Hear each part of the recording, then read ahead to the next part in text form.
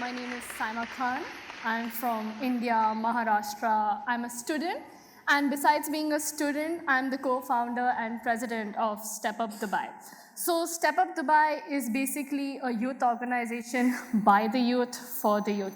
So before I go deep into my talk, I want to tell you a story about how I started doing social work. So as every other teenager initially, for me, an achievement would be watching 8 episodes of Friends in a day and going to sleep happily.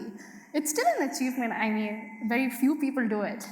So one day my mom came up to me and she went like, if you don't get hold of yourself and you don't become productive, I'm going to take some drastic steps. And I was like, my mom loves me, she's not going to do anything.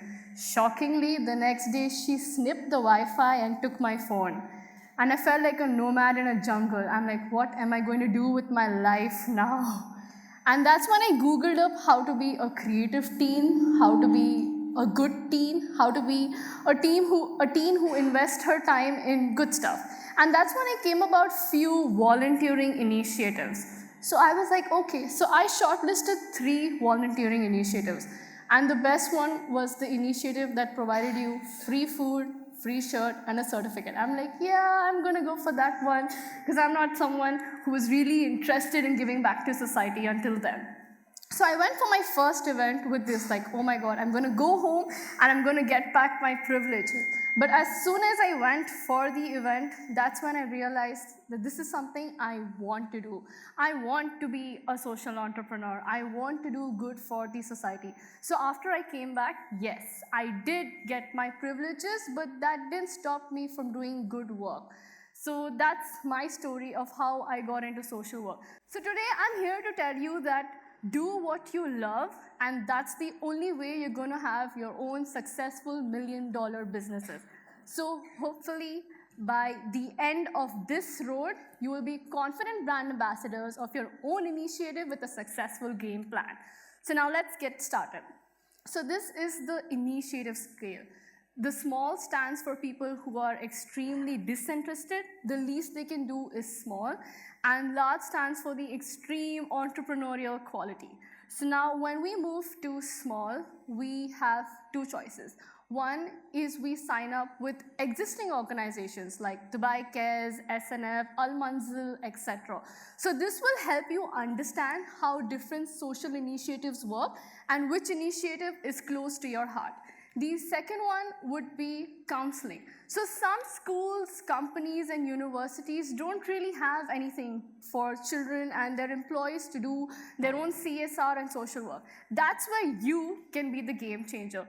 Go up, talk to your management, talk to your school, talk to your social club, and have something to give back to the society. So that's how we go about in the small. Then we come in medium. Now this stage is kind of tricky because you'll have to convince people. For me to convince my friends that, hey, let's not go to DCC one day and let's spend more time in a social cause, my friends are like, you need to see a doctor. Bye, Saima. So that was a really hard stage for me. So community service is not really hard, doesn't require money, only requires love and time. So you can start off by going with your friends for that. And then you can move on to collaborating with existing organizations. Unlike the commercial world, the social organizations succeed only by collaboration. You can't pull down your competitive social organizations to be the best. So that's where you come in medium. So by medium, you've realized which social field you want to get into, what passion you're pretty clear about, and then you come to large.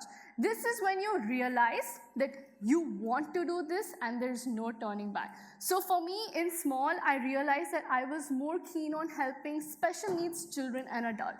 And in medium, I let my interest grow.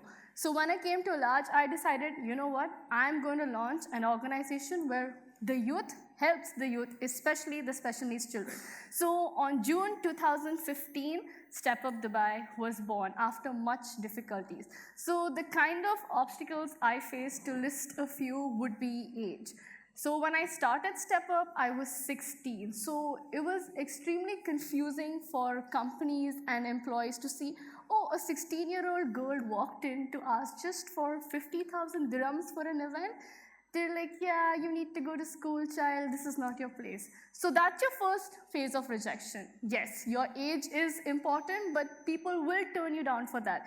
The other thing is to get the right team. Yes, your friends and families come first, but when it comes to the right team, there's no compromise over there. So Step Up was born in June 2015, and we started off with 25 volunteers, but with extreme hard work, dedication, and determination, within a span of 6 months, we got 2,000 volunteers and 20 collaboration from schools. So that was one of our biggest achievements. And the second initiative close to my heart from Step Up is building a well. So we thought in Step Up, in every event and everything that we do, we always ask ourselves, how can we be different? What are we doing that others aren't? And then we checked out that there wasn't any organization in UAE, be it an adult or a teen one, which was investing in building wells.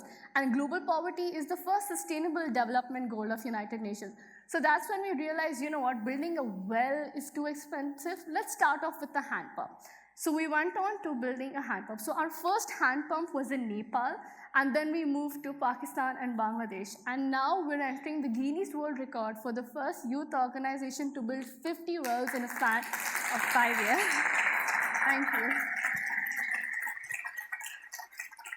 So my other biggest achievement is UN. Not everyone gets into the UN. No matter what skills and what degrees you have, I have friends from Harvard who have been rejected from UN. I have friends from other places who have got into UN, but not from well-reputed colleges. So getting into the UN is about being yourself, building yourself, and having something of your own. That's the key thing. So when I got into the UN, at that age, I was actually rejected from UNs a couple of times. And when I was going to UN, I had to have an application. So now the cutoff to get into UN is 21 for the Youth Assembly. And I was 16 or 17 when I approached UN. So I decided to give them that portfolio where they couldn't say no. So I was like, leaving aside my age, the minimum criteria was to associate yourself with over 20 organizations.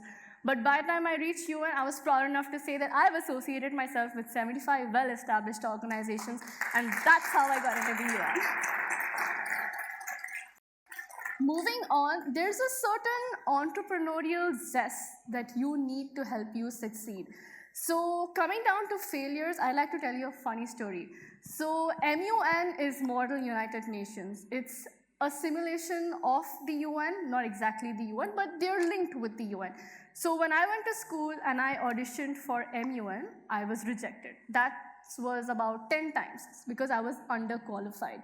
And now when I go to MUN, I'm overqualified. So technically, I still never made it to the MUN. I just got into the UN. So that was my story for MUN. But for UN, I was rejected 7 solid times. An average teenager gets rejected 5 times. I'm not abnormal, I was just different. Chill. So that's how I'd like to tell you that. And coming to the entrepreneurial zest, this is a very famous triangle. For those of you who don't know, it's from my favorite CBSE textbook, The Entrepreneurship Guide. So what you need to understand is the needs and problems, creative solutions, and entrepreneurial opportunities. They all are a triangle, and they all complement each other. For me to succeed, what was important throughout was to be determined, to tackle failures, and obviously be different. Being different is really hard for teenagers nowadays, as they always follow the flock. They want to do what their friends are doing. They lose their interest, they suppress their interest in the pursuit of their friends' interest. And that's what I need to tell you to wake up. In my Step Up team, I have 2 people, and I'm the only one interested in special needs. My friend, on the other hand, is interested in psychology. So through Step Up, she gives counseling to teenagers and laborers, male and female both. So that's how I'm giving her to use Step Up as a platform to advocate what she feels and what her interest is. Coming to that, this is some really good facts from UN and New Haven to show you that volunteerism does nothing but good, be it for employees, for employers, for companies, for schools and universities. College applications, especially Ivy League colleges, hire and accept students with at least 3,000 hours of volunteering. This should be one of the factors that motivate you to get into volunteerism. I like failure because honestly, it's really easy to achieve it. For me, yes, I failed from the time I launched Step Up, from the time I got into UN, my age, my credentials and everything like that never made the cut. I think I've failed failures throughout years, 2 to 3 years back to back. So what I want to tell you is that failure is normal. You go through it, I go through it, whether we're a CEO or an employee of the company, we all have all of our kind of failures. But three things that keep you moving is one, is your love and your interest. This is said by Albert Einstein, that unless you have the love and the interest for the thing you're pursuing it, you may be successful, not necessarily happy. And in the world today, it's extremely important to be happy with the work that you do. The second point is to be determined, to be goal-oriented. Unless you're goal-oriented and determined, one failure can give you a setback. But for me, 7 failures didn't give me a setback. I was motivated each and every time to still get into the UN. And the third point is, please find what you love what you do, and that's the only way you're going to have $1 million business. And with that, I like to come to the end and tell you that, my friends, is your guide to be a successful entrepreneur. Thank you.